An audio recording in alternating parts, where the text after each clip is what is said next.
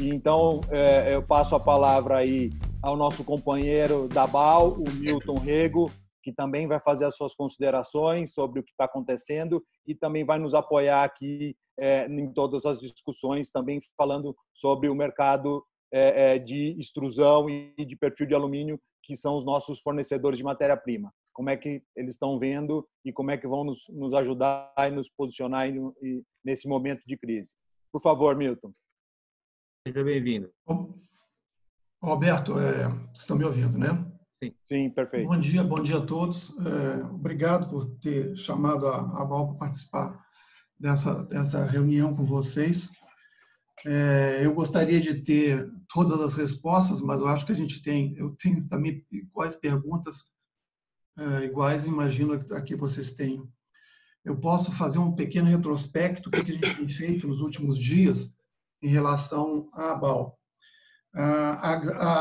As empresas da BAL, tá? Não sei todas as empresas da BAL, mas eu diria 2/3 das empresas da BAL, no mínimo, e todas as grandes estão funcionando normalmente. O que eu falo de funcionar normalmente de um modo geral, toda a parte administrativa em casa, trabalhando em home office, e a parte da planta funcionando com algumas mudanças. Essas mudanças são controles mais apertados em termos de saúde, de ocupação dos empregados, né? Algumas, por exemplo, fazem avaliação de temperatura na entrada da fábrica. Mudou bastante também questões de como está sendo tratada a parte de áreas comuns. Então, refeitório está com mudanças dos horários, muito mais espaçado, você tem uma distância muito maior entre os empregados. A mesma coisa vale para o transporte das empresas, então aumentou o número de ônibus, essas coisas todas.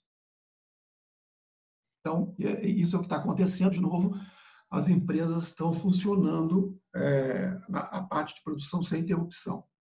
O que a gente tem visto agora, em algumas regiões, especialmente 2 estados, Santa Catarina e Ceará, restrições adicionais para o trabalho, que se dão em termos de bloqueio de vias municipais e vias estaduais e decretos de prefeituras alegando questões sobre a essencialidade das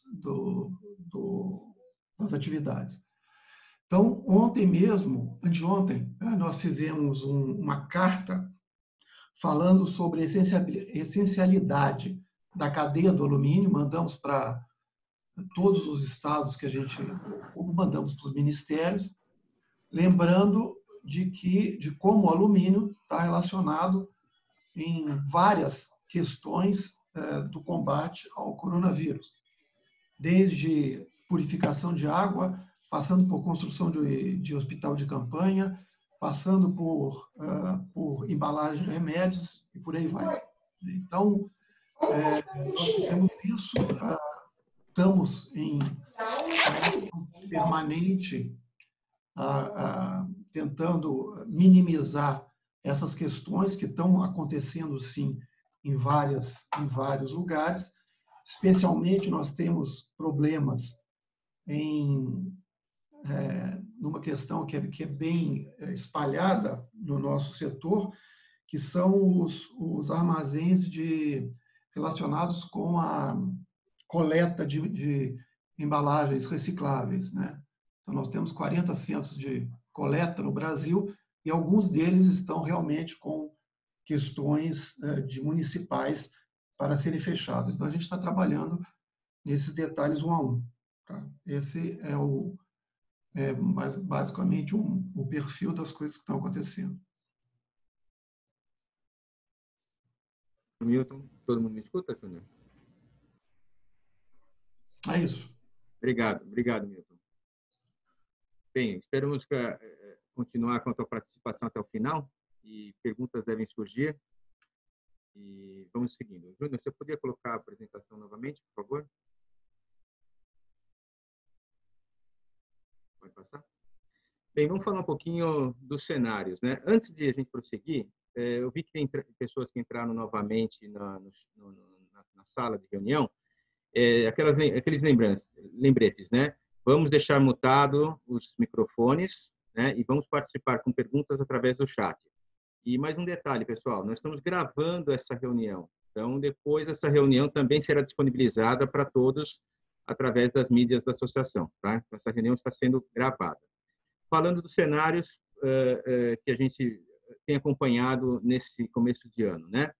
O setor da construção civil era um dos que estavam em plena retomada após anos difíceis da economia. A gente já tinha alguns sinais de retomada de obras e de atividade econômica na construção civil crescente. Temos ainda, né, um cenário com juros no menor patamar na série histórica, né, com a Selic. Isso colabora muito com a questão até com o financiamento dos imóveis, né? Mas aí apareceu a pandemia do coronavírus, né? E ocasionou uma situação caótica e que acarreta uma falta de previsibilidade para os nossos negócios. E a partir daí, né, com a restrição das atividades econômicas e paralisação, começaram a ter impactos gigantescos no mercado, e esse mercado ainda em baixa, né? Vai passar, Júnior? Então, essa é a primeira parte do cenário. Outra coisa também que a gente tem observado bastante, a falta de sintonia entre os governos, né, federal, estadual e municipal, com tomada de medidas extremas, no nosso ver, sem uma análise profunda do impacto econômico e social. Aqui não estamos falando em nada contra a preservação da vida. A vida é a primeira coisa que nós temos que preocupar, com a saúde de todos.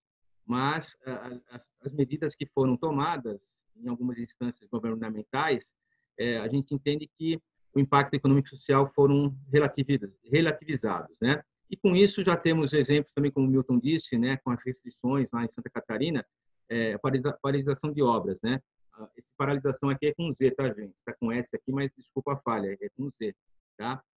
E então a gente vai ter esse problema da paralisação de obras em Santa Catarina. A própria obra, aquela obra icônica que é o Yacht House em Camboriú, está paralisada, tá?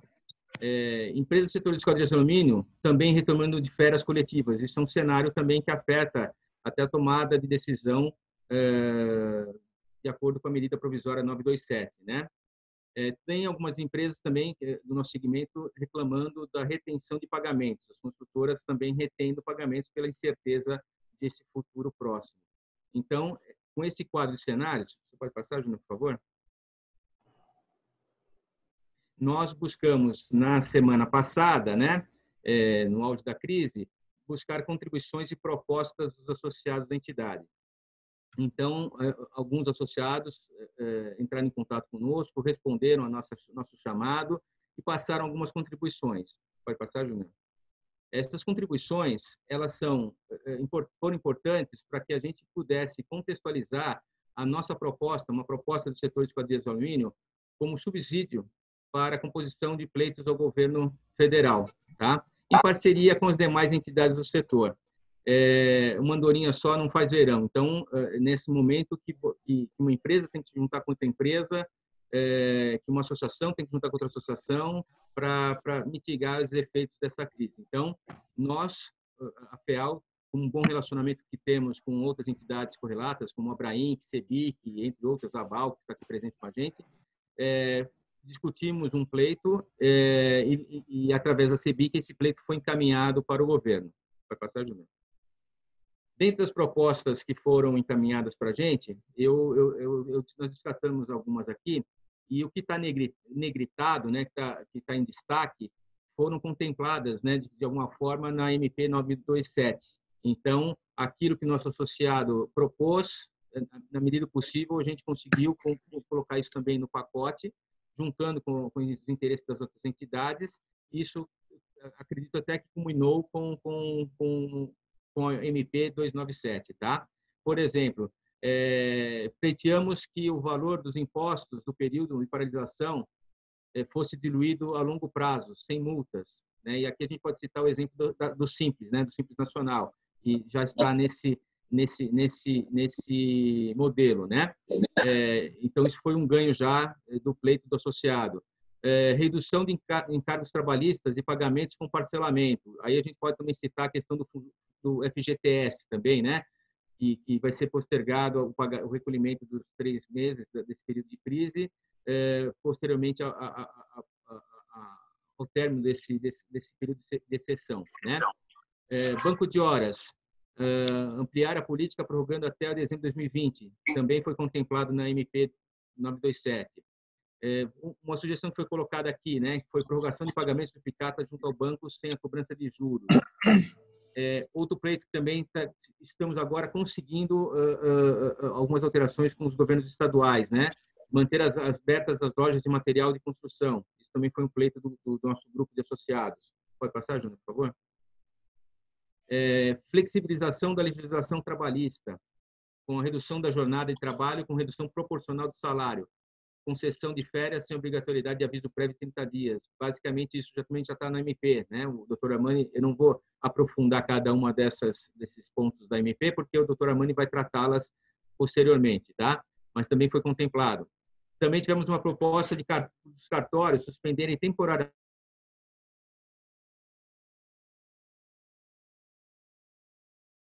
vez que parece ser uma situação atual, poderá levar a uma inadimplência em cadeia. Foi uma das questões também encaminhadas pelos associados. Ampliar linhas de crédito com taxas reduzidas e prazos alongados. Também temos proposições nesse sentido. Suspensão... Pois não. Travou minha imagem, mas o áudio continuou. Tá, perfeito. Suspensão de contratos de trabalho que os funcionários tenham acesso ao seguro-desemprego durante esse período. Também o doutor Armando vai informar sobre essa revogação dessa cláusula na MP. E também o associado sugeriu que, sem uma pressão nas mídias sociais, sem uma campanha forte na internet, os governos ficam menos reativos, né? Então, esse pode ser um caminho a ser trilhado pela associação. Então, essas foram algumas das contribuições enviadas pelos associados que, de certa forma, se tornaram realidade já na MP 927. Pode passar, Luiz.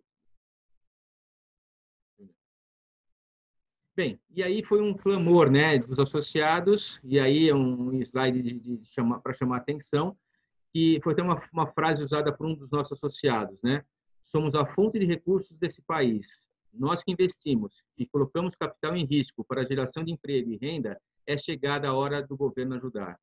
Mediante isso, juntamos com as demais associações correlatas e participamos dessa formulação desse pleito. O próprio Alberto, o presidente da associação, participou efetivamente da reunião da CEBI, que ele vai mencionar para vocês um pouco mais à frente também. Desta forma, pode passar, Júnior? O que encadeou isso? A edição da medida provisória 927, de 22 de março de 2020, que teve o artigo 18 revogado no dia seguinte, no dia 23 de março. Para falar da medida provisória, então, gente, eu convido agora o Dr. Marcos Armani para que ele possa pontuar as principais artigos que foram incluídos nessa medida provisória e de que forma que eles impactam a fábrica de esquadria de alumínio, tá bom? Doutor Armani, seja bem-vindo. Bom dia a todos. Bom dia. Então, nós temos aí alguns pontos da medida provisória e até se o Júnior pudesse colocar na tela esses pontos para facilitar a leitura de todos, seria interessante. Porém, vamos em frente aí. Aí, pronto. Então, se pudesse subir aí no primeiro capítulo, por favor, os pontos. Vai diretamente nos pontos. Mais para cima um pouquinho. Aí, pronto. Esses são os pontos abordados pela medida provisória 927. Todos eles são muito importantes. O teletrabalho, todos vocês já sabem perfeitamente como funciona, não teria problema nenhum. Tem alguns detalhes que estão colocados na própria medida provisória, que é com respeito ao fornecimento de equipamento, laptop, essas coisas todas, se o empregado não tiver. Nesse caso, Se a empresa tiver que ceder o laptop, que ceda documentalmente, ou seja, através de um contratinho de comodato para que não tenha problema. Apareceu aqui. Estou aí. Não, mas fala, pode. Já visualizou. Alô? Estou no ar, normalmente? Houve aí uma pequena interrupção. A antecipação de férias individuais, que é o segundo tópico. Essa antecipação de férias pode ser feita por qualquer tempo que o empregado tenha adquirido o período de férias. Se ele adquirir o período de 3 meses, pode ser dado férias proporcionais a 3 meses, não tem importância. A única coisa que deve ser preservado, e não pode ser feito, férias com um período menor do que 5 dias, conforme já estabelece a própria MP. A concessão de férias coletivas é o mesmo processo, não tem problema nenhum, só que nas férias coletivas você pode sim antecipar período de férias. Mesmo que o empregado não tenha adquirido ainda o direito às férias, você pode antecipar esse direito e fazer as férias coletivas também. O quarto ponto é aproveitamento e a antecipação de feriados, que é também uma compensação que pode ser feita e pode ser utilizado. Banco de horas também é uma outra modalidade de compensação de horas, né? E, por fim, no caso aí, de compensação de horas, do banco de horas, o empregado tanto pode ser credor quanto pode ser devedor. Isso não importa. No item 6º, a suspensão de exigências administrativas em segurança e saúde do trabalho. Isso aí precisa tomar cuidado, porque não se trata de suspensão dos equipamentos de segurança ou qualquer coisa nesse sentido. Sim, as exigências administrativas. Isso não quer dizer que nós possamos descumprir aquilo que a lei estabelece. Por fim, nós temos aí o item 7, o direcionamento do trabalho para a qualificação. É uma questão importante. Às vezes, a empresa tem aí um programa de qualificação do empregado e ela pode, perfeitamente, nesse período, direcionar para essa qualificação. E o item 8º é o diferimento do recolhimento do fundo de garantia por tempo de serviço, que pode ser diferido aí por um período de 180 dias. Existem algumas recomendações que eu gostaria de fazer. Eu não sei se o Júnior tem ela já na tela. Se não,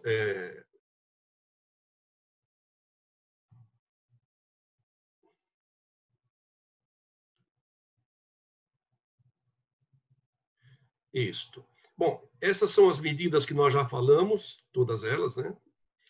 Nós temos um detalhe aí, no que diz respeito ao programa introduzido pelo governo, que não está muito claro na MP 927, que é a redução de jornada de trabalho a 50% com redução proporcional de salário. Isso pode ser perfeitamente feito também por todas as empresas. Adiamento por 3 meses de recolhimento de parcelas do impostos federais para empresas enquadradas no Simples. Férias aos mais idosos, isso pode ser obrigatória, não tem como não fazer. E o PROGER. PROGER é um programa voltado para atendimento da demanda de financiamento de capital de giro. Ele pode ser concedido a empresas que tenham faturamento até 10 milhões de reais anuais. Bom, depois vem a MP, que nós já falamos, e ao final desse documento, nós temos algumas recomendações. Peço ao Júnior, por favor, que movimente até o final. Aí. Recomendações a todos os associados. Primeiramente, preservar o caixa. Isso é fundamental, que a empresa esteja preocupada em preservar o caixa, porque esse período que nós estamos atravessando, nós não temos prazo nem previsão de quando ele vai terminar. Portanto, é importante que a empresa preserve o caixa. Para isso, ela tem que eleger prioridade de pagamentos.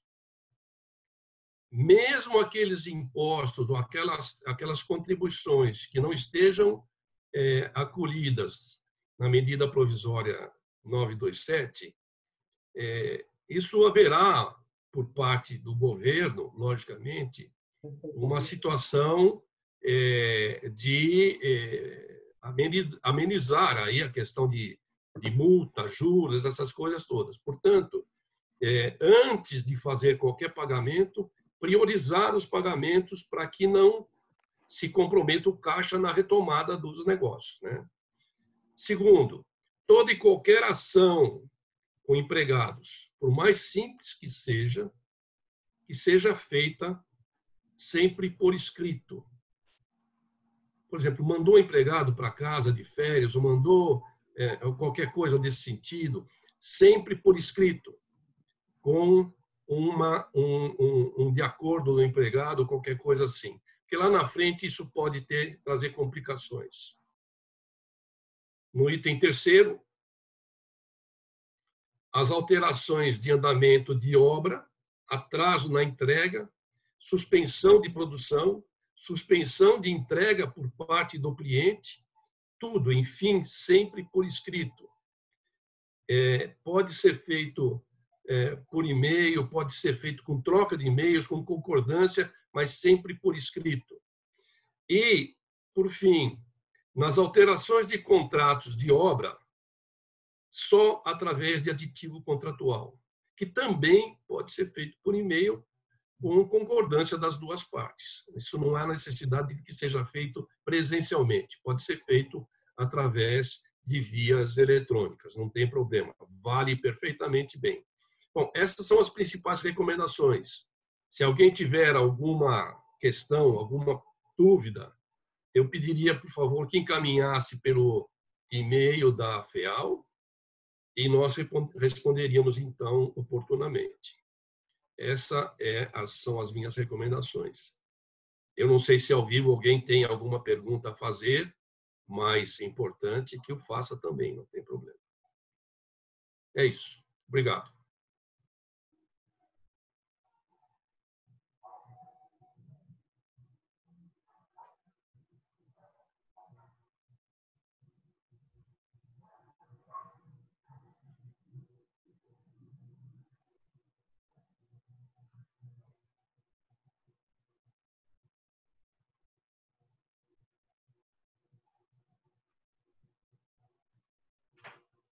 Oi, gente. Todo mundo escuta agora? Escutando, Júnior? Perfeito. A FEAL encaminhou para vocês pelo WhatsApp também, né? Todos tiveram já certamente acesso ao MP 927, né?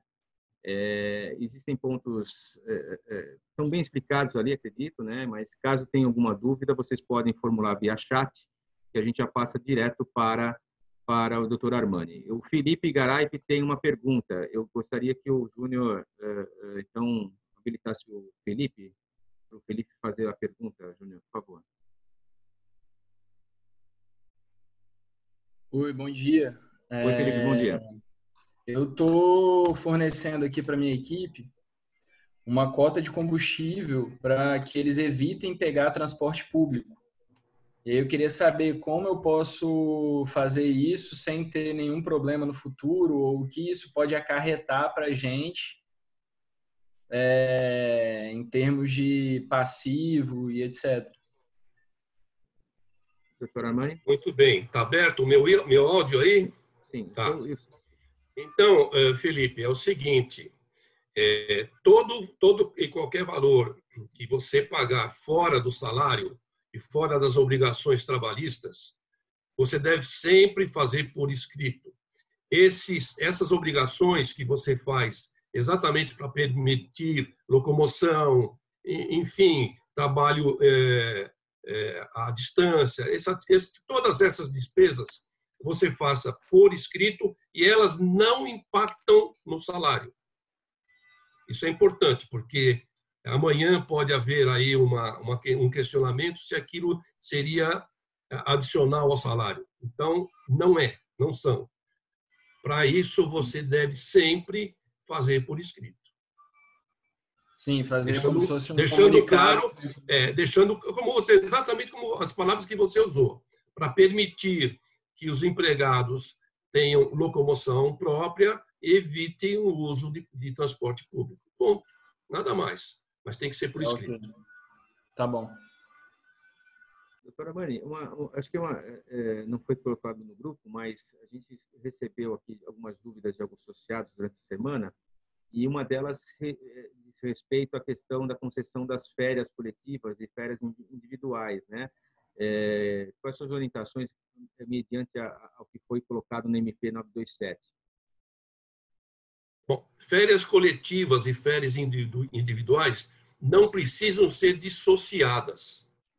Você pode dar férias coletivas para um determinado grupo de empregados, que você entende que possa ser feito, e pode ser individuais para um outro determinado grupo de trabalhos. Isso não tem nenhuma conotação ou qualquer obrigação de observação. Eu gostaria de lembrá-los, que é muito importante, aliás, está na tela aí, olha, que todas essas medidas, Júnior, por favor, põe no início, lá no caput da MP, por favor. Mais um pouquinho. Mais ainda.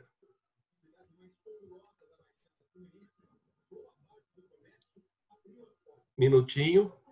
Aí. Sobe um pouquinho agora, por favor, para o pessoal poder ler melhor.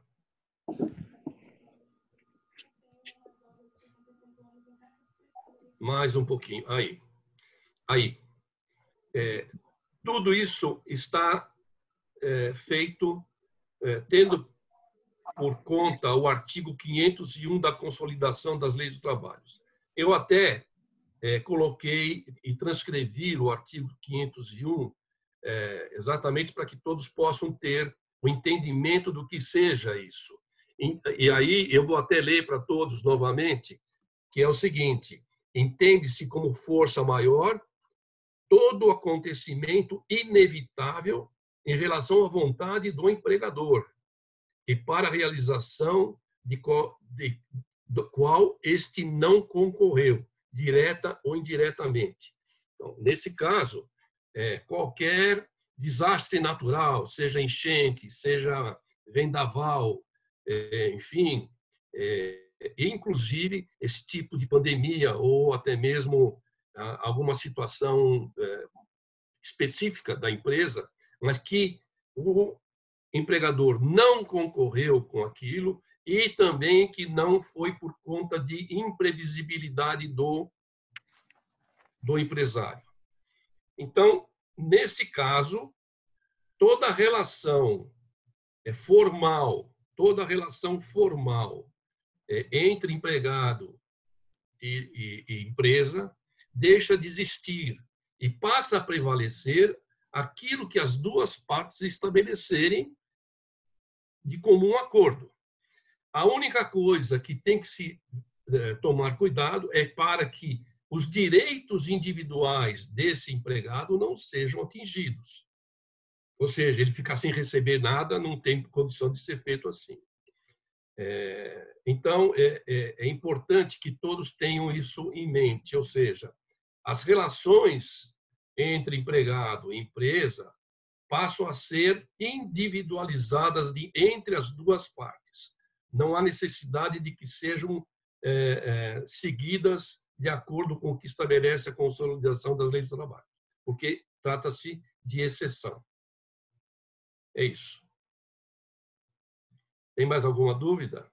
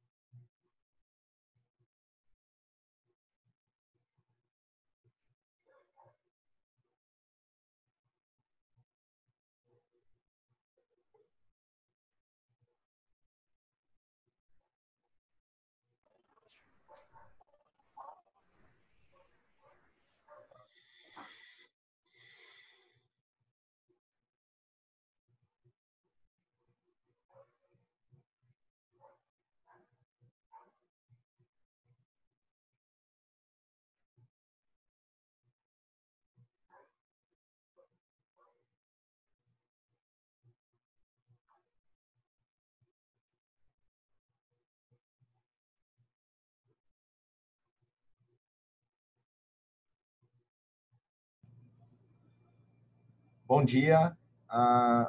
Doutora Armani, a Luxalum tem uma questão também para ser feita e eu estou habilitando eles aqui, tá bom?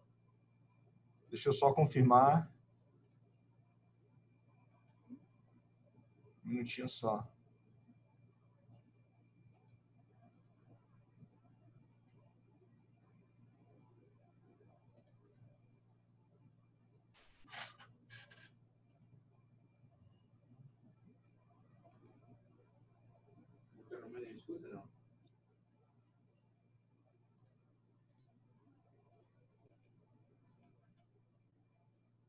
Você está habilitado. O Lúcio nos escuta, não? Ele está habilitado. Está habilitado, Lúcio. Pode falar, Lúcio. Ele fechou de novo. Espera aí. Bem, doutor Armani, enquanto o Lúcio não está habilitado o microfone dele, como que fica a questão do banco de horas nesse período de 90 dias, por conta do coronavírus?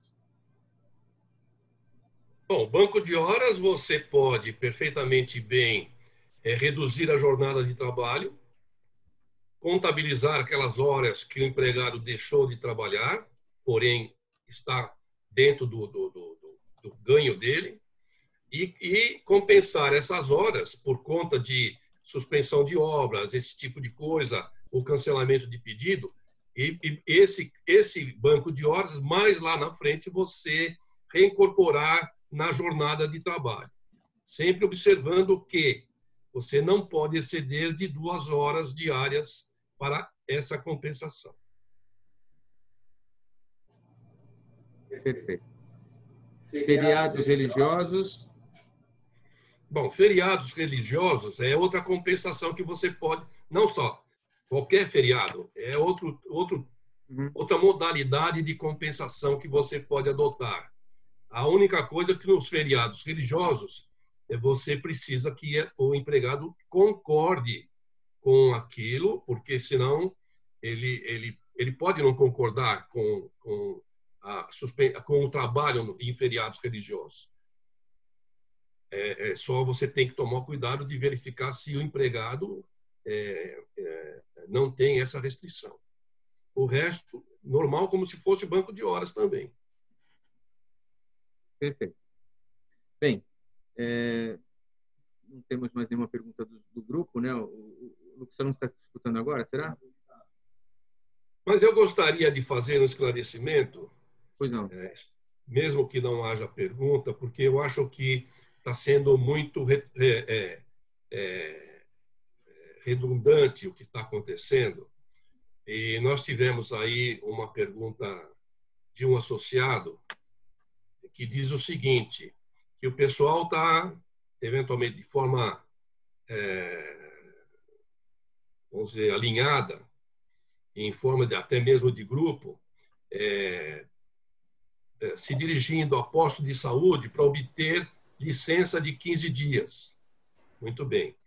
Quando se trata de uma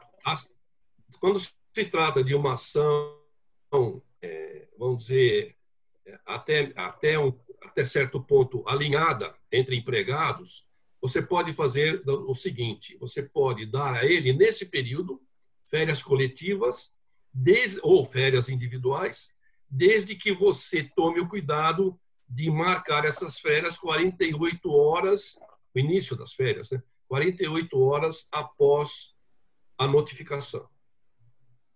Mesmo com esse documento de afastamento por questões de doença que, na verdade, não é. Se houver qualquer dificuldade para a obtenção do protocolo do empregado, você pode fazê-lo com 2 testemunhas. Simplesmente isso. Perfeito. Obrigado. O Luciano está no ar agora? Oi, Lúcio, tudo bem? Não, ele não consegue se comunicar com a gente. Doutor Armani, talvez por escrito, né? Doutora Mani, vamos falar então sobre a linha de financiamento, então? Sim. Projeto? Júnior, pode passar, por favor.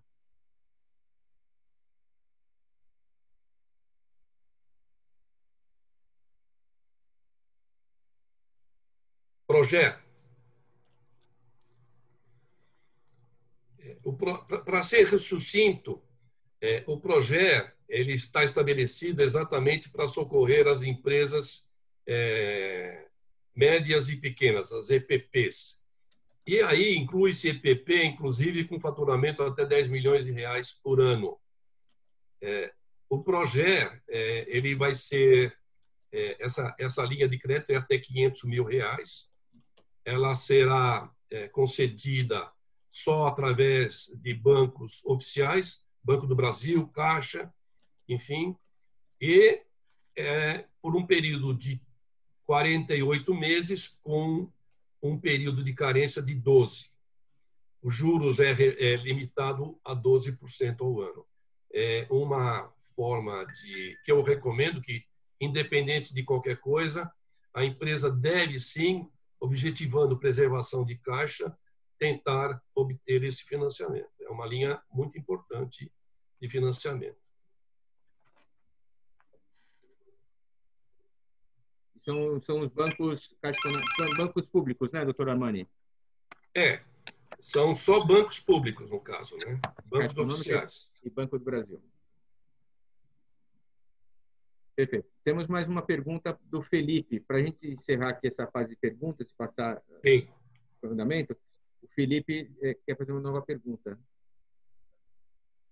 O Felipe é o nosso associado lá do Espírito Santo. Pois não. Não, já fiz, era só aquela mesmo. Ah, perfeito. Que apareceu novamente aqui, alguma coisa. Legal. Vamos lá. Júnior, pode voltar à apresentação. Obrigado, doutora Armani, por enquanto.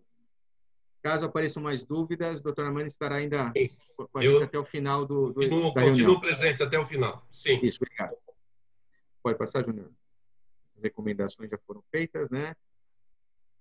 Eu queria convidar agora o nosso presidente, o Alberto, para falar um pouco sobre a reunião que ele participou junto da CEBIC. Foi em 20 de março, né? Que é onde nós levamos os pleitos associados e que isso de imediato foi encaminhado em conjunto com a pauta das demais entidades para o governo federal. Alberto, você está... Está me ouvindo? Tá bom, está conectado? Perfeito. Tá certo. Para quem ainda não tinha entrado na nossa reunião a hora que começou, sejam bem-vindos aí à reunião da FEAL. Não tive ainda a oportunidade de falar, que agora estamos com 43 participantes aí na reunião. Quando começamos tinha um pouco mais de 20. E eu acho que é um momento de a gente estar realmente conversando e discutindo as alternativas aí para o nosso negócio e para o Brasil e para que a gente possa realmente virar essa página. Na reunião, pode passar, Júnior? Na reunião que fizemos na sexta-feira passada com um grupo da Coalizão da Construção, na qual participam diversas entidades e foi comandada pela CEBIC, nós identificamos também, além de medidas que já estão sendo enviadas, exemplo que o doutor Armando já colocou, o projeto, são medidas para mitigar o efeito da crise neste momento. Mas nós temos que também falar um pouquinho, e eu quero provocar vocês, para a gente pensar no depois, né? Porque em algum momento essa crise vai acabar. Então, pensando no depois da crise, a gente já começou a discutir, junto com as entidades da construção civil, a retomada da construção civil. Porque a gente tem essa parada agora, que a gente precisa seguir exatamente o que o doutor Armani falou, principalmente a recomendação com relação ao caixa e manter a nossa empresa para depois da crise, né? Então, lógico, o governo já estima que o maior pico vai ser agora, né, a primeira quinzena de abril, mas já para a segunda quinzena de abril o governo já deve começar a soltar os estímulos à economia. Lógico que são previsões, mas o que a gente pôde já obter dessa conversa com a CEBIC, que lá pelo dia 15 de abril deve sair o novo Minha Casa Minha Vida, que já estava em andamento com a troca do ministro Rogério Marinho, que está fazendo um trabalho muito forte para recuperar esse programa e injetar dinheiro na construção civil e na nossa economia. Então, isso já é uma ação que deve ser o pós-crise, a gente já está pensando no depois. Essa questão da liquidez do FGTS de 22 milhões é muito importante, porque é dinheiro injetado no FGTS para poder viabilizar o financiamento da construção civil. Então, isso já foi feito, o governo já repassou essa demanda para o FGTS, já foi até anunciado até pelo Ministério da Economia. A CEBIC também levou a nossa demanda de manter as lojas de material de construção abertas, isso, lógico, depende dos estados, isso está sendo discutidos para que as lojas voltem a operar para também poder abastecer as obras de menor porte, né? Porque a gente sabe que as obras de grande porte é abastecida diretamente pela indústria, mas muitas obras de menor porte, que é o caso dos nossos clientes, dos nossos associados que trabalham em obras de menor porte, essas obras dependem de ser abastecidas por lojas de material de construção, e é muito importante essa questão que foi levantada também pelo nosso associado. Eu acredito que dentro em breve deve sair alguma questão com relação à essencialidade das lojas de material de construção, uma vez que a maioria dos estados permitiu e deixou claro a importância da indústria e as obras da construção civil continuarem para que a gente não tivesse uma parada total da economia. Também já está se estudando no governo, junto com o Comitê da Construção Civil, a Lei de Liberdade Econômica 2, que é o quê? Toda a parte de desburocratização da construção civil, desde do terreno, da incorporação até a obra pronta. Então, são várias etapas hoje burocráticas que têm um custo de chega até 10% do valor da obra, né? E isso reduz, lógico, a competitividade do setor, gastar 10% de burocracia para aprovar um projeto, para tirar o habite e toda a burocracia que envolve a construção civil. Então, essa Lei de Liberdade Econômica 2, focada em construção civil, deve sair também aí mais para o final de abril, e são projetos que já estão sendo conversados, articulados. Lógico, isso não está na mídia, isso está sendo conversado nos bastidores para que possa, no momento que está acabando ou minimizando a crise, começar a gerar estímulo novamente para o mercado, né? Como o Milton trouxe a questão da BAL, a BAL está garantindo os principais players estão operando normalmente, também o pessoal do aço nessa reunião garantiu o fornecimento de aço para a construção civil. A ArcelorMittal estava presente nessa reunião com a CEBIC, garantindo o aço para a construção civil, que é um insumo muito importante para as obras darem continuidade. Não adianta nada você querer continuar a obra e não ter acesso à matéria-prima, não ter acesso a aço. Então, isso foi um ponto importante para esse momento e para a retomada do mercado de construção civil. O governo também vai garantir a continuidade das obras e dos pagamentos das obras que já estão contratadas, né? Então, as obras Minha Casa Minha Vida já contratadas, os pagamentos, o governo tem o compromisso de não atrasar e de dar continuidade, a Caixa continuar repassando os recursos. Um pleito que ficou claro dentro da reunião, que é pressionar o governo com essas medidas que já foram anunciadas para minimizar o desemprego, e está aí, o doutor Armani já pontuou todas essas medidas, isso ficou muito claro, são medidas para o momento atual.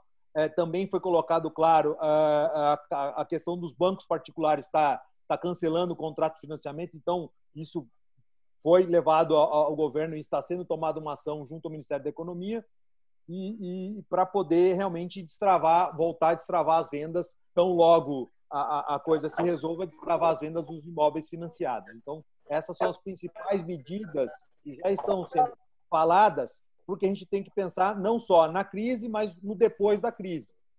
E também é um momento importante dessa reunião a gente verificar com vocês quais as sugestões ou quais medidas nós podemos pensar ou pleitear junto ao governo para ajudar o setor no depois da crise, né? Acho que as medidas para a crise estão aí, se tiver alguma coisa a mais, vocês podem complementar, mas pensando no depois, acabou a crise, como é que nós vamos estar trabalhando e o que a gente pode estar fazendo para melhorar e retomar as atividades normalmente nas nossas empresas. Então, essa é uma preocupação grande nossa aqui da FEAL, e a gente queria ouvir um pouquinho aí de vocês, se tem medidas adicionais que a gente pode estar colocando para esse pós-crise. Então, Fernando, eu queria ver com você aí no WhatsApp, no chat aí, se tem gente que já queira comentar algum item sobre essa questão.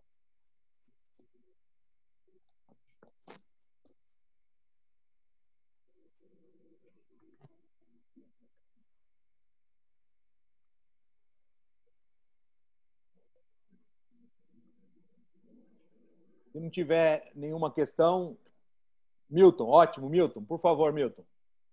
Libera o som do Milton Júnior.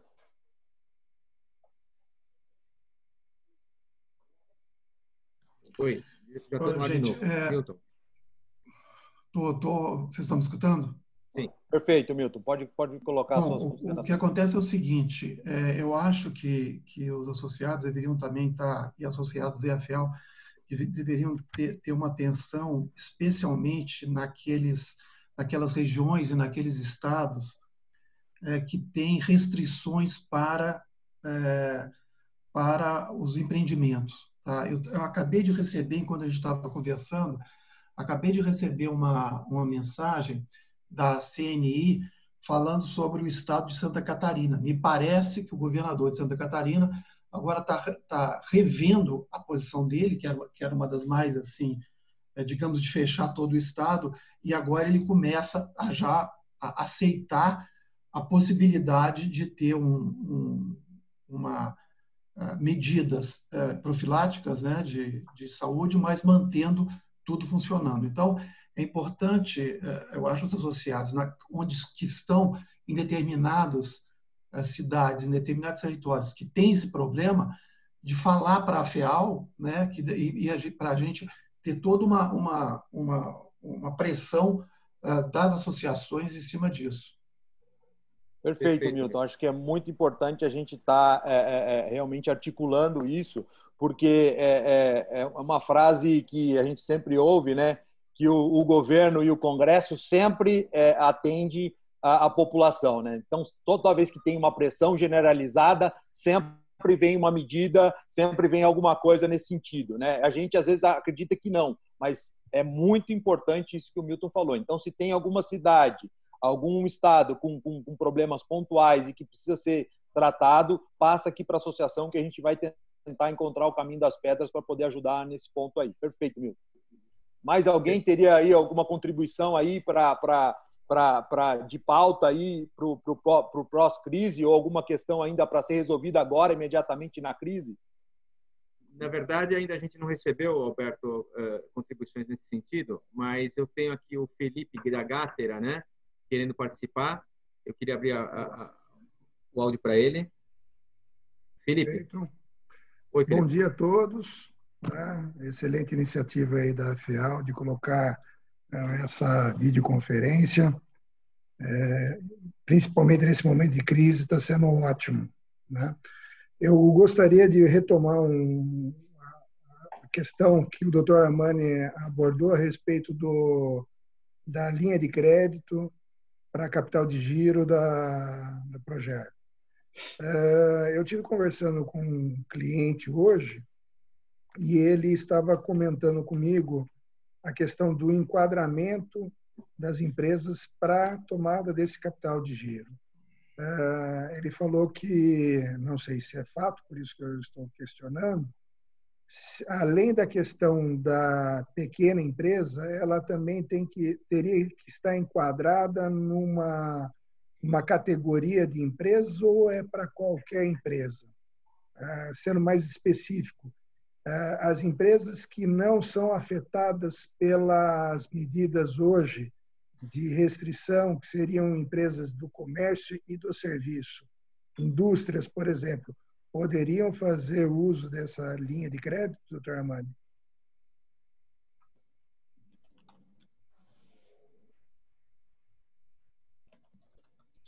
Habilita o áudio do doutor Armani, Júnior.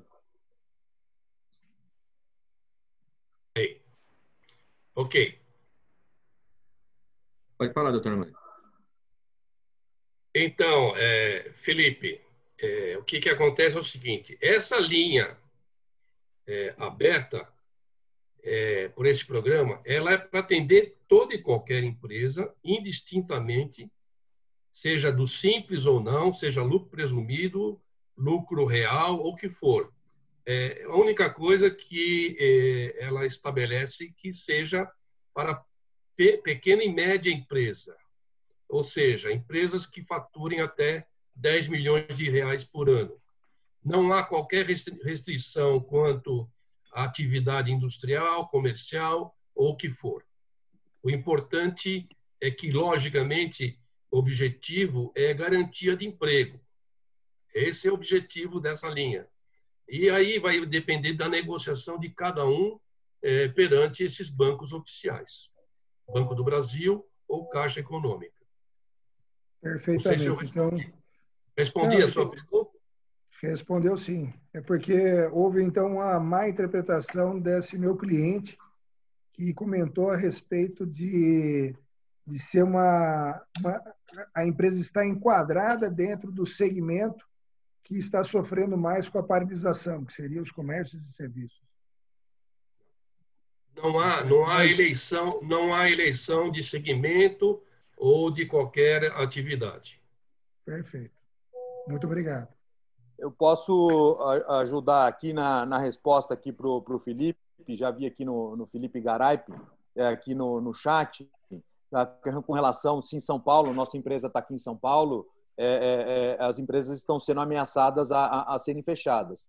Eu acredito que seja uma fake news, Felipe. A nossa empresa está operando normalmente, divulgamos isso aos nossos parceiros e fornecedores, montamos, lógico, como o Milton colocou no início da reunião, todas as medidas de prevenção para os nossos funcionários, inclusive alteração de entrada e saída do pessoal, os turnos para evitar, né? Então a gente dividiu a equipe em duas para evitar em 2 turnos diferentes, para evitar aglomeração, todas as medidas de limpeza, higienização, né? Nós temos uma empresa de limpeza terceirizada, colocamos um reforço dessa empresa e estamos operando normalmente. O que a gente tem percebido é que alguns fornecedores, por decisão própria ou liberalidade, tomaram a decisão de estar parando as atividades. Então, a gente está buscando outros fornecedores para substituir aqueles que estão parados. Mas a gente tem conseguido operar e tem conseguido receber vidro, alumínio e componentes. Ou seja, estamos operando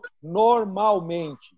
Então, é fake news esse tipo de notícia falando que aqui em São Paulo está tudo fechado ou que estamos sendo obrigados a fechar. Até porque na segunda-feira, né, dessa semana, o próprio governador João Dória veio a público a corrigir a fala dele, não no sentido de corrigir, mas deixar claro a fala dele que a indústria e as obras da construção civil não eram para ser paralisadas, tanto que isso representa 40% do PIB do Brasil, a indústria de São Paulo. Isso não poderia ser paralisado porque abastece os demais estados do Brasil. Então, respondendo a pergunta do Felipe, não sei se o doutor Armani ou alguém mais tem alguma questão sobre alguma informação sobre essa pergunta do Felipe, que eu achei muito importante a gente esclarecer aqui no grupo. A Lux Salom, Alberto, colocou no grupo.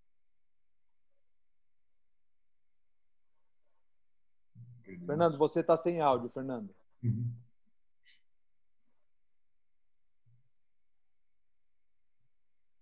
Fernando está sem áudio.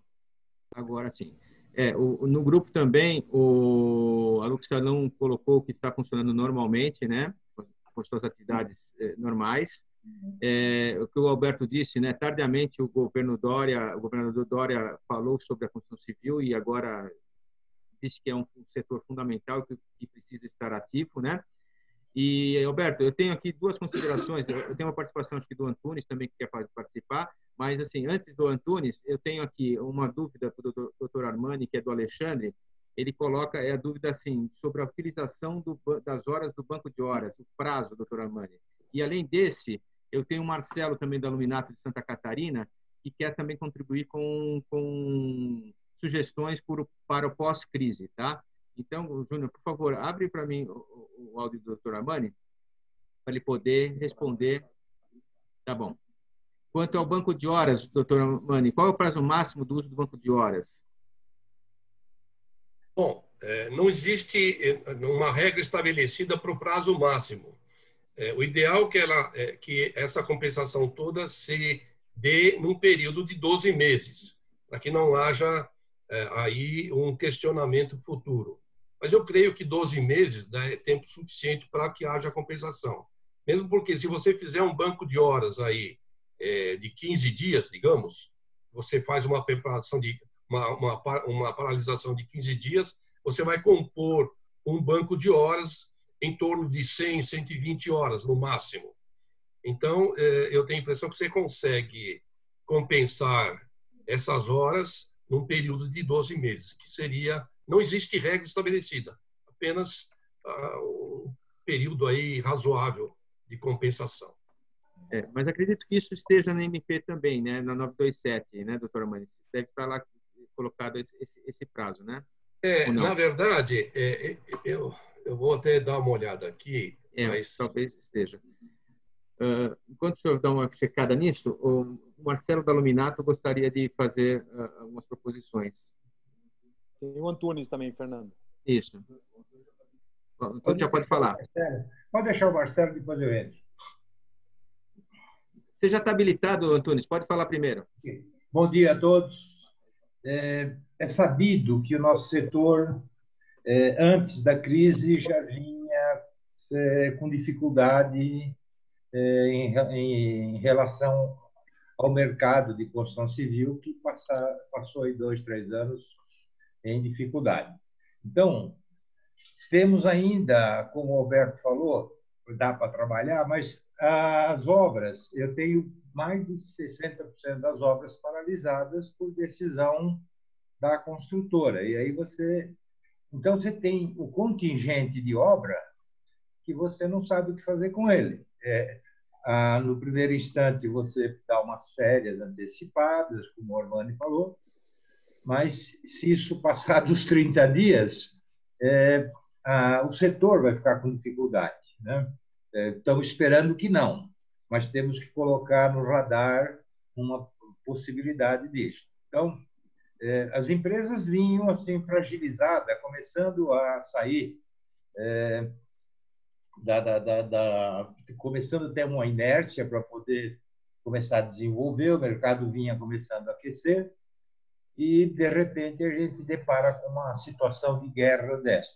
Então, é evidente que as empresas, muitas empresas do setor, elas vão precisar de algum tipo de recurso. Então, nós temos que fazer esse esforço aí para ajudar o setor.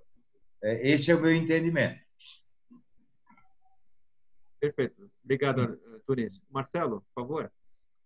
Bom dia. Bom dia. Tudo bem?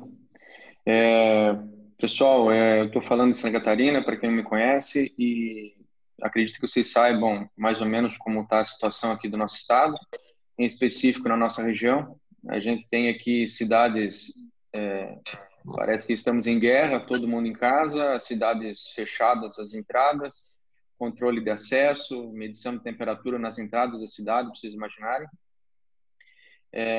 As construtoras que nós atendemos, elas estão paradas. Desde quarta-feira passada, a nossa empresa teve que parar também por conta disso. E a perspectiva de retorno para o próximo dia 6. A maioria das empresas está se organizando para retornar para o dia 6 de abril. Então, já temos aí longos dias aí forçados em casa. Então, o que eu queria nem contribuir tanto, mas fazer algumas perguntas. Eu sei que tem pessoas da BAL e ouviu ali o André da FIS na questão de componentes ali. Eu queria perguntar sobre as questões do pós-quarentena. Não vamos falar pós-crise, porque eu acho que a crise está começando. A quarentena que possivelmente está acabando em breve, que é o que a gente espera. O pós-quarentena, o que vocês enxergam quanto o preço do alumínio, né? Como é que vai estar esse alumínio daqui para frente, até para as próximas vendas e para as vendas já feitas que a gente tem, já que o nosso câmbio hoje está flutuante e o dólar subiu muito, né? Então isso deve impactar nos preços, imagino. E como é que vocês estão vendo isso? Outra questão, com o mercado externo, com dólar alto, o mercado externo buscando material, como que o mercado nacional tende a se comportar? Exportar esse material e desabastecer o nosso mercado? Outra situação a questão dos componentes. Tem uns rumores aí dizendo que tem aumento chegando, aumentos na ordem de 15%. Como é que está essa conversa aí, se o André puder nos ajudar? né? Por outro lado, a contribuição que eu posso deixar, que analisando tudo a gente consegue tirar algumas coisas, que depois dessa quarentena, eu entendo que pela instabilidade das bolsas, dos mercados de ações, né, que está em baixa, a gente deve ter uma provável migração ainda maior dos investidores, né, não de Minha Casa Minha Vida, mas investidores de apartamentos, de imóveis em geral, para esse segmento, né? Então, de alguma maneira, fomentando a construção civil. Isso eu acredito que vai acontecer. E a outra coisa que é importante a gente pensar é que o Brasil está em crise, mas o agronegócio está vendendo muito e a preços nunca vendidos. Isso deve continuar por algum tempo, justamente pela diferença da balança, né, cambial, e pelo Brasil ser um celeiro, né? O Brasil está sempre exportando material de agricultura e pecuária para todos os países do mundo, vários países do mundo. E esses pessoal da área do agronegócio são potenciais investidores, muitas vezes no mercado de ações, mas na maioria deles no mercado de construção civil. Então também percebo e acredito que isso possa vir a calhar positivamente. Mas falar em positividade num dia que nem hoje é complicado, né? Então, assim, se puderem me ajudar a ter uma noção de como é que nós vamos ficar com os preços aí de matéria-prima, eu agradeço. Milton, legal, Marcelo. Obrigado. Pode colocar o Milton e depois o André. Oi, Milton. Oi. Bom, obviamente, em relação a preço, eu não posso falar isso, né? Porque nós somos uma associação, isso é a questão de compliance, isso aí tem que ser visto com cada empresa individualmente. Mas eu posso te dar algumas linhas gerais, tá? A LME, o preço do alumínio nos mercados internacionais, estão no mínimo histórico dos últimos anos. Na última semana ele caiu $100, né? Tá mais ou menos em $1.550 a LME. É claro que, por outro lado, você tem uma depreciação enorme do real. Isso traz várias questões.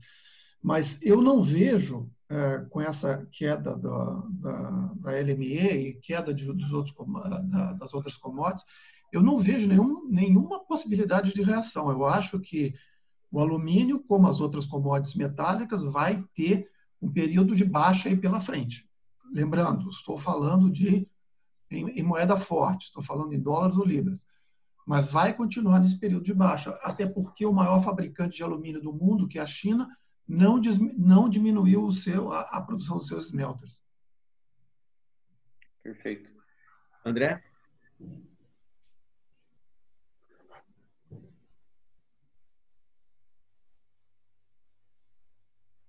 O André estava conectado, saiu?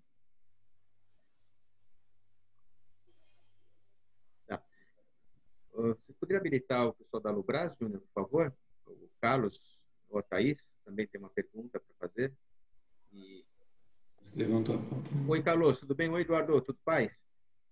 Opa, tudo bem, Fernando? Tudo bem? Podem fazer a sua questão aí sobre o lockdown? A Thaís... A gente está... Acaba que a Thaís está em Juiz de Fora e a gente está no Rio. E ela que mandou a mensagem aí. Então, se você puder habilitar a Thaís. Thaís, por favor.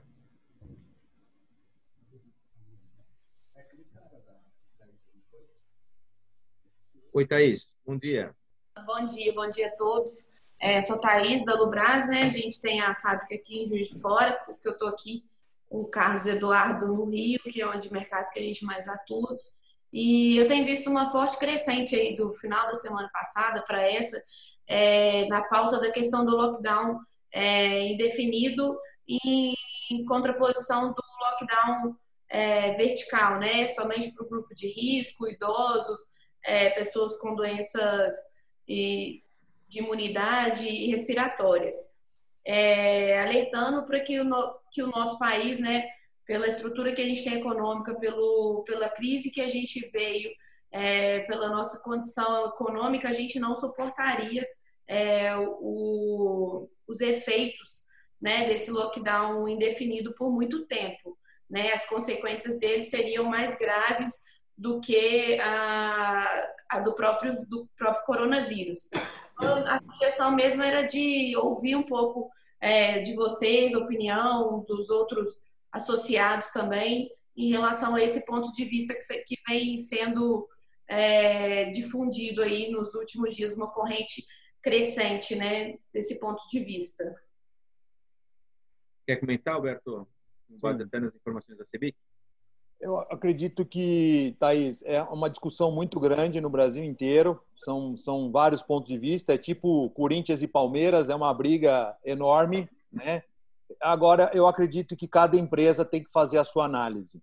Cada empresa tem que saber o que é melhor para ela, né? É óbvio, se os seus clientes não estão podendo receber os materiais, é uma coisa. Se os seus clientes estão operando normalmente, é outra decisão. Eu acho que mais do que nunca a gente tem que estar olhando na preservação da nossa empresa e tomando decisões equilibradas, sensatas e sem influências de fake news ou nada. Acho que tem que analisar com bastante serenidade. A associação ela não pode dizer vamos todos abrir a empresa ou vamos todos fechar a empresa. O que nós temos que recomendar para vocês é que tenham equilíbrio para a tomada de decisões, tenham informações verdadeiras para a tomada de decisões. Não se influenciem com fake news ou com muita notícia falsa que tem por aí para a tomada de decisão. Por isso, estamos hoje aqui para essa discussão, para dar mais informações, com certeza, do nosso mercado, do nosso público, para que vocês possam tomar melhores decisões. Eu acredito que esse é o caminho onde cada empresa vai analisar individualmente a melhor estratégia.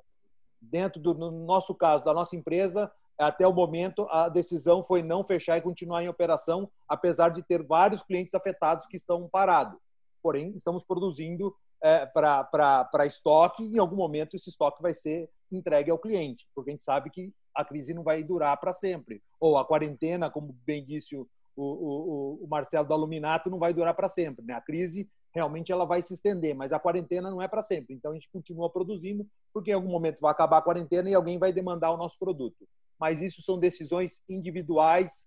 Eu acho que não pode ser uma decisão coletiva. A gente não pode tomar essa decisão pelas empresas. Acho que cada empresa tem que tomar a sua decisão de maneira bastante equilibrada. Essa é a recomendação da associação e por isso nós estamos hoje aqui, para trazer esse equilíbrio na discussão, para trazer informação para a discussão, para ajudar que vocês tomem boas decisões. A associação ela é mais um funcionário de vocês. Ela está aqui para colaborar com vocês, né? Não um fornecedor de vocês, mas são vocês trabalhando para vocês mesmos no sentido de dar informações que possibilitem a melhor tomada de decisão.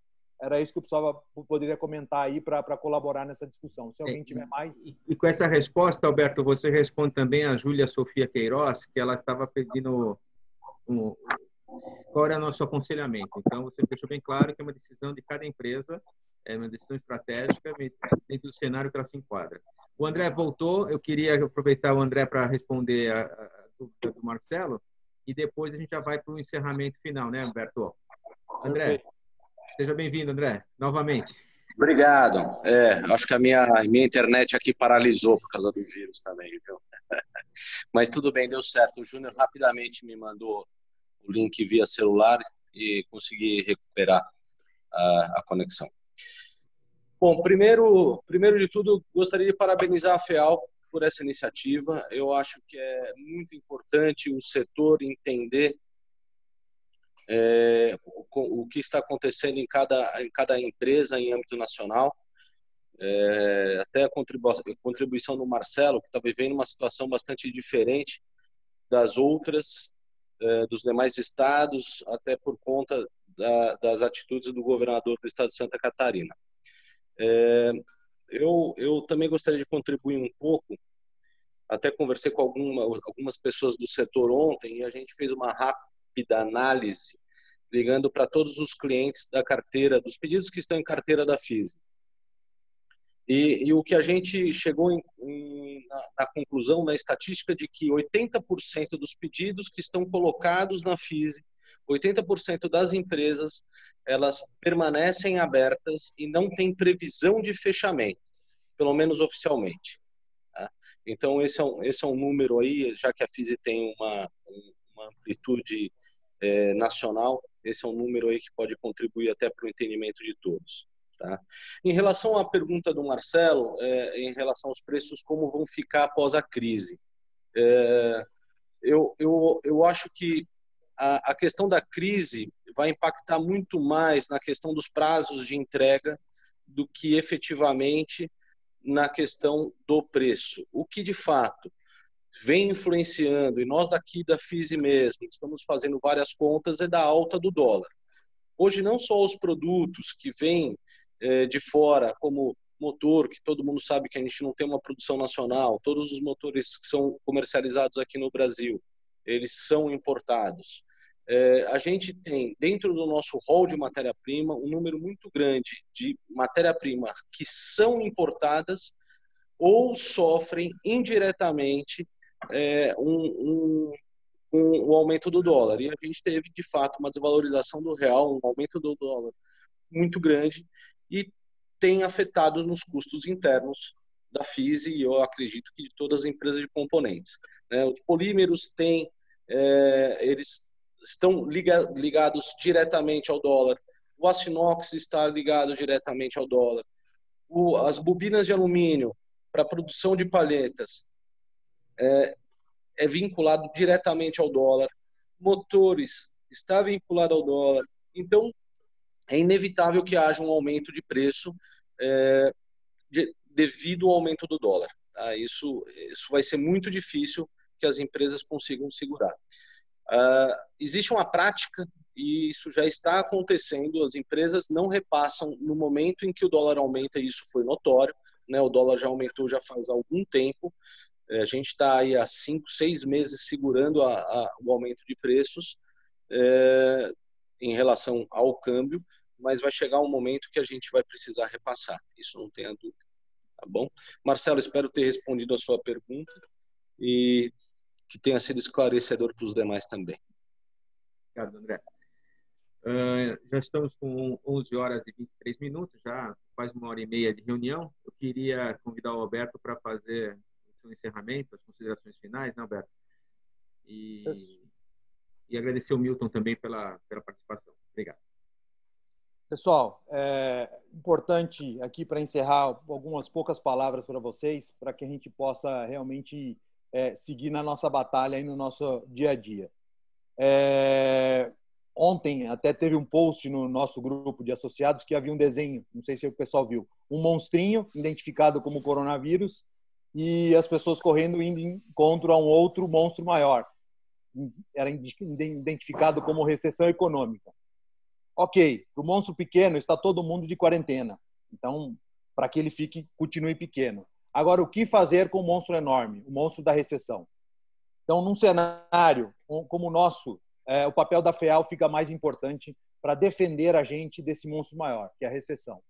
É a FEAL que vai congregar o interesse de todos, ouvir as dificuldades, as necessidades e trabalhar para criar soluções para que o nosso negócio seja impactado o mínimo possível. É a FEAL que vai organizar as nossas demandas e dialogar com as diversas esferas públicas, municipais, estaduais e federais. É a FEAL que vai lá para pedir para esses caras atuarem para manter a construção civil em movimento, mesmo nessa situação difícil de hoje. No pós-quarentena, principalmente, eu acredito que em algum momento acaba a quarentena, a gente precisa atuar junto no pós-quarentena. É a FEAL que vai interagir com as outras associações de classe e trazer para a gente o que eles estão fazendo para enfrentar os desafios e o que está dando certo, o que podemos fazer também. É a FEAL que vai nos orientar juridicamente sobre as melhores práticas trabalhistas e sociais. A FEAL está aqui, correndo atrás para vocês. É tudo isso que a gente está fazendo hoje, aqui com essa reunião. Por exemplo, isso tudo que a gente discutiu não vai ficar somente aqui. Vamos dar sequência, procurar soluções. A nossa equipe está alerta, trabalhando para cada um de vocês, porque vocês são a FEAL. E juntos somos unidos e a gente vai conseguir superar tudo isso que está por vir. Então, neste contexto todo, O que eu peço para vocês é que vocês coloquem a FEAL não como um fornecedor de vocês. Vocês pensem que a FEAL é mais um colaborador da empresa de vocês, né? Eu peço que, quando vocês forem tomar decisões, pensem que a FEAL está na folha de pagamento de vocês e não no contas a pagar de fornecedores. Porque nós também temos lá na FEAL colaboradores. Está aí o Fernando, o Júnior, a Vera, que está em home office, está em quarentena, né, por uma suspeita de doença, mas são pessoas que dependem de nós, são nossos colaboradores, são como nossos funcionários. E é isso que eu tenho que pedir para vocês, que vocês entendam que a associação não é um fornecedor qualquer, ela é o seu colaborador. São pessoas que colaboram com o dia a dia da empresa de vocês.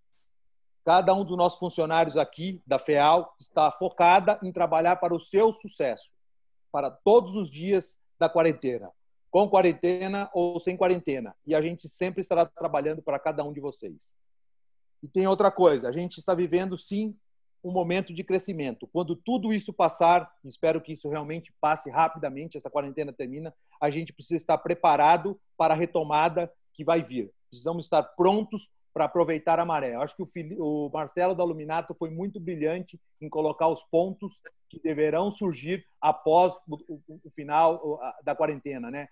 Principalmente a questão do agronegócio, que está bombando, né? E vai estar investindo em construção civil. As bolsas derrocadas e as pessoas vão estar investindo em construção civil. Então, o nosso setor precisa estar organizado e preparado. E nós estamos aqui nos comprometendo para que isso aconteça. O setor de esquadrias de alumínio passe por esse turbilhão com o mínimo de problemas possível. Vocês têm aqui a minha palavra. Vamos todos juntos, com muita coragem, vamos vencer e eu conto com vocês nessa luta para que a gente possa continuar essa batalha do dia a dia nas nossas empresas. Fernando, eram essas palavras aí para poder finalizar a nossa reunião muito importante de hoje, que eu acho que foi muito produtiva, e vamos estar disponibilizando isso, como o Fernando falou, nos nossos mídias sociais, para que todos que não puderam participar ao vivo possam assistir isso também gravado e poder tirar suas conclusões, poder tomar melhores decisões nas suas empresas. Esperamos ter contribuído para isso, sinceramente, que vocês possam ter informações relevantes para suas empresas. Muito obrigado. Obrigado, Alberto. Obrigado a todos pela paciência, pela permanência até agora. Tivemos aí em torno de 45 pessoas participando, né? Foi muito bom. E que a gente vai repetir isso, né, Alberto? A proposta da FEAL é que vocês elejam. A FEAL tem os temas, mas seria muito importante também que vocês elegessem temas para que a gente pudesse fazer mais reuniões nesse sentido, né? Para discutir questões pontuais, eventualmente.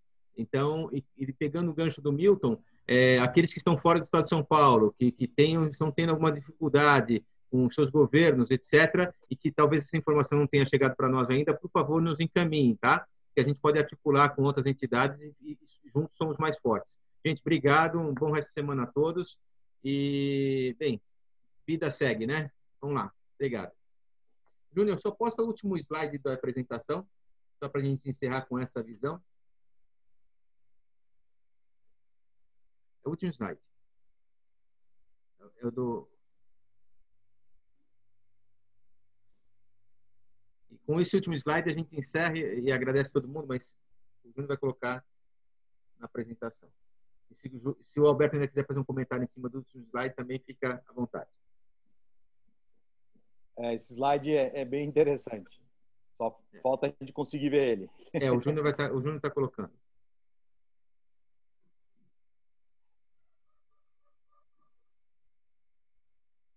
Perfeito. Próximo. Aí. Que é só uma reflexão. Em toda crise existem 3 coisas: uma data para acabar, novas oportunidades, ensinamento para a vida toda. Vamos continuar em frente. Essa é a reflexão aí para todos nós aí, para a gente tirar enxergar o lado positivo da coisa e não só o lado negativo. Obrigado, gente. Obrigado.